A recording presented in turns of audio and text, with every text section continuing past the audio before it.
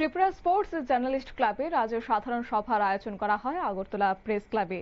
৩৩ বছরের ঐতিহাসিক Tripura sports journalist ক্লাবের সাধারণ সভাতে একাধিক বিষয় নিয়ে আলোচনা হয়েছে এবং আগামী দিনের জন্য বেশ কিছু সিদ্ধান্ত গ্রহণ করা হয়েছে। আজকের এই সাধারণ সভাতে উপস্থিত ছিলেন ত্রিপুরা স্পোর্টস জার্নালিস্ট ক্লাবের সভাপতি সরোজ চক্রবর্তী, সম্পাদক অনির্বাণ দেব সহ ক্লাবের অন্যান্য সদস্যরা। গোটা বিষয় নিয়ে কি বললেন আজকে ত্রিপুরা স্পোর্টস জার্নালিস্ট ক্লাবের সভাপতি, শুনুন। এটা প্রতি বছর আমরা এটা করি। এখানে সম্পাদকীয় প্রতিবেদন এবং আয়ের হিসাব নিয়ে আলোচনা হয়েছে। দীর্ঘ আলোচনার পর দুটোই সর্বসম্মতিক্রমে গৃহীত হয়েছে। আমরা আগামী দিনের যে পরিকল্পনা নিয়েছি, এতে যে রাজ্যের ক্রীড়া সাংবাদিকতায় যারা যুক্ত রয়েছেন তাদের স্বার্থ সংশ্লিষ্ট বিভিন্ন বিষয় নিয়ে আমরা কাজ করার সিদ্ধান্ত নিয়েছি। পাশাপাশি সাংবাদিকদের বিনোদনের যে বিষয়গুলো আছে সেই বিষয়গুলো আমরা দেখব এবং আমাদের বর্ষব্যাপী যে অনুষ্ঠান রয়েছে, আমরা বার্ষিক পুরস্কার বিতরণী বা আমরা ফাউন্ডেশন ডে করি বা আমরা বিভিন্ন খেলাধুলোর অনুষ্ঠান করি ক্রীড়া দপ্তরের সঙ্গে বা বিভিন্ন সংগঠনের সঙ্গে, আমরা সেগুলোও করব।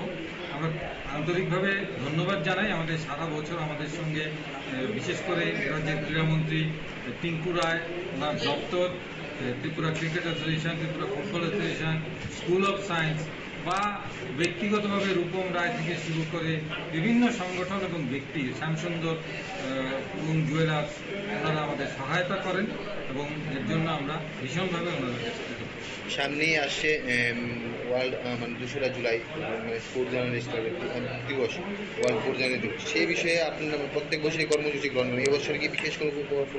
নিশ্চয়ই এবছর আমরা ওয়ার্ল্ড স্পোর্টস জার্নালিস্ট ডেতে কর্মসূচি এবারেও আমরা করব। এবার একটু বড় আকারে আমরা করার চেষ্টা করছি।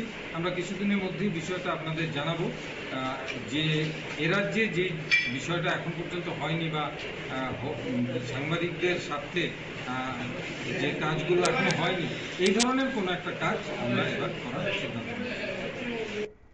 আপনারা শুনলেন ত্রিপুরা স্পোর্টস জার্নালিস্ট ক্লাবের সভাপতি সরোজ চক্রবর্তীর বক্তব্য এবং এদিনের এই সাধারণ সভা থেকে ক্রীড়া সাংবাদিকদের জন্য তাদের স্বার্থ সংশ্লিষ্ট বিষয় নিয়ে আলোচনা হয়েছে।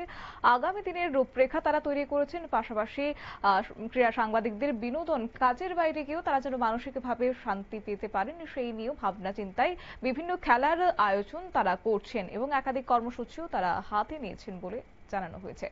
নিয়ে নিচ্ছে ছোট্ট একটি বিজ্ঞাপন বিরতি, সঙ্গে থাকুন।